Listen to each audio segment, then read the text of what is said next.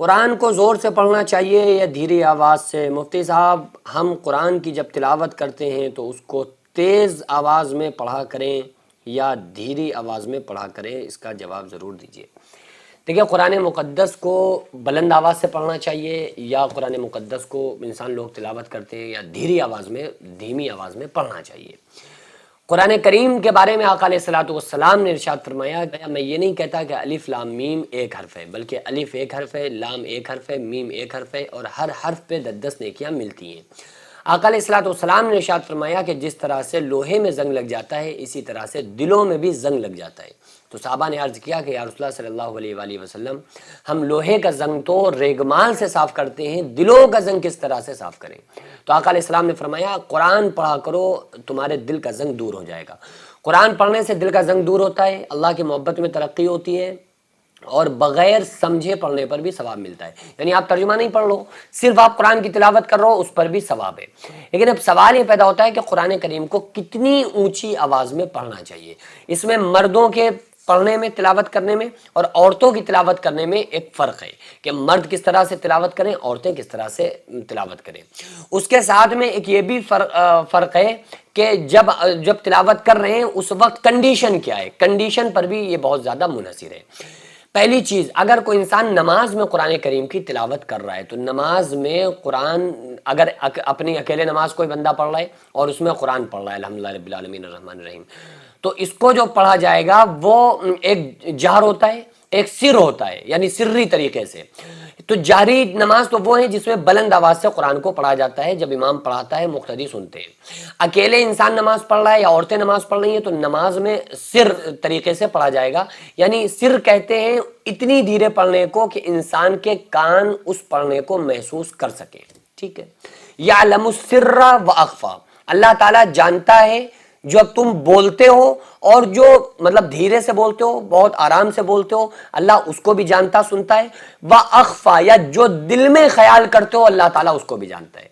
تو یہاں سے میں یہ بتانا چاہتا ہوں کہ سر کہتے ہیں اس کو جو آپ ہلکی آواز میں پڑھتے ہیں، جس کو کوئی دوسرا نہیں سن سکتا لیکن آپ کے کان اس کو سن سکتے ہیں۔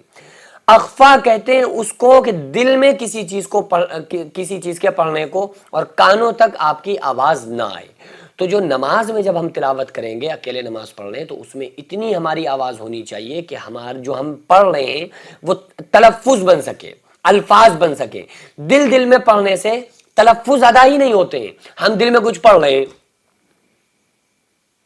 آپ نے سنا، میرے کانوں نے بھی نہیں سنا، لیکن میں نے پڑھا الحمدللہ رب العالمین الرحمن الرحیم، یہ میں نے پڑھا، لیکن میرے کانوں نے بھی نہیں سنا، لیکن میں نے پڑھا، آپ نے بھی نہیں سنا۔ اسی طرح سے اگر ہم نماز میں جس طرح سے پڑھیں گے تو کم سے کم اتنے پڑھیں گے الحمدللہ رب العالمین، تو زور سے پڑھیں گے اور اتنا پڑھیں گے کہ ہمارے ہونٹ بھی چلیں اور ہمارے کانوں کو بھی ہمارے پڑھنے کی آواز سنائی دے۔ اس کو میں مائک لگا ہوا ہے تو اس لیے میں آپ کو نہیں سمجھا سکتا، لیکن بس آپ یہ سمجھ، کیونکہ میں اگر اتنی آواز سے بولوں گا کہ مائک میں آ جائے تو پھر وہ زیادہ آواز ہو جائے گی، وہ جہر کہلایا جائے گا، ٹھیک ہے۔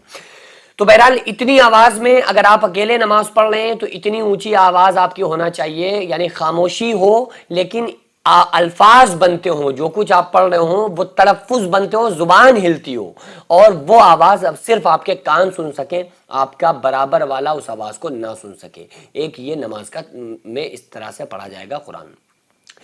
اب یہ سوال پیدا ہوتا ہے کہ جب ہم قرآن کی تلاوت کر رہے ہیں اس کو کس طرح سے کرنا چاہیے؟ قرآن کی جب ہم تلاوت کریں تو دل میں کچھ پڑھنے نہ پڑھا کریں، بلکہ اتنی زور سے پڑھا کریں کم سے کم کہ ہمارے زبان سے الفاظ نکل سکیں، یعنی جو ہم پڑھ رہے ہیں وہ تلفظ ہو سکے، ٹھیک ہے۔ تلفظ کہتے ہیں الفاظ کو، لفظ کو۔ دل میں پڑھ رہے ہیں تو وہ تلفظ ہی نہیں ہے، الفاظ ہی نہیں نکل رہے ہیں۔ تو جب الفاظ زبان پہ نہیں آ رہے ہیں تو الفاظ ہی نہیں بن رہے ہیں تو ہمارے کانوں تک کہاں سے آئیں گے؟ تو اتنی زور سے، کم سے کم اتنی زور سے پڑھیں کہ ہمارے کانوں تک وہ پڑھنے کی آواز ہم خود سن سکیں۔ اور اگر کوئی نہیں ہے تو آپ کچھ اور تھوڑی اور بلند آواز سے پڑھ سکتے ہیں۔ عورتوں کو یہ چاہیے کہ بالکل مطلب اتنی آواز سے قرآن پڑھیں کہ بس ان کے کان ہی سن سکیں، زور سے قرآن کی تلاوت کرنے کی ان کو اجازت نہیں ہے کہ باہر کا کوئی نامحرم ان کی آواز کو سن سکے۔ ہاں مردوں کے لیے یہ اجازت ہے، گنجائش ہے کہ اتنی زور سے پڑھ سکتے ہیں کہ کوئی شخص آیا گیا ہے تو اسے یہ معلوم ہو سکے کہ آپ قرآن کی تلاوت کر رہے ہیں اور آپ کی آواز کانوں میں اس کے پڑ جائے تو کوئی پرابلم نہیں ہے، لیکن احتیاط یہ رکھا جائے گا کیونکہ قرآن کا پڑھنا واجب ہے، سننا فرض ہے۔ آپ زور سے پڑھ رہے ہیں، کوئی بندہ اس کو نہیں سن رہا ہے تو وہ بندہ گناہگار ہو رہا ہے، تو پھر آپ خاموشی سے پڑھیے، اتنی زور سے پڑھیے کہ بس آپ ہی پڑھ رہے ہیں، آپ اس کو سن رہے ہیں۔ تو سب سے بہتر جو طریقہ ہے قرآن کی تلاوت کا وہ یہی ہے کہ اتنی آواز ہونی چاہیے کہ وہ آپ جو پڑھ رہے ہیں، آپ کی زبان سے جو الفاظ نکل رہے ہیں ان الفاظ کو آپ کے کان سماعت کر رہے ہیں، آپ کے کان سن پا رہے ہیں، آس پاس والے نہیں سن رہے ہیں۔ لیکن اگر کچھ لوگ قرآن کی تلاوت سننے کے لیے بیٹھے ہوئے ہیں تو پھر آپ بالکل بے شک زور سے پڑھ سکتے ہیں کہ ان کے کانوں تک آپ کی آواز پہنچ سکے۔ تو یہی بہتر طریقہ ہے، یہی افضل طریقہ ہے۔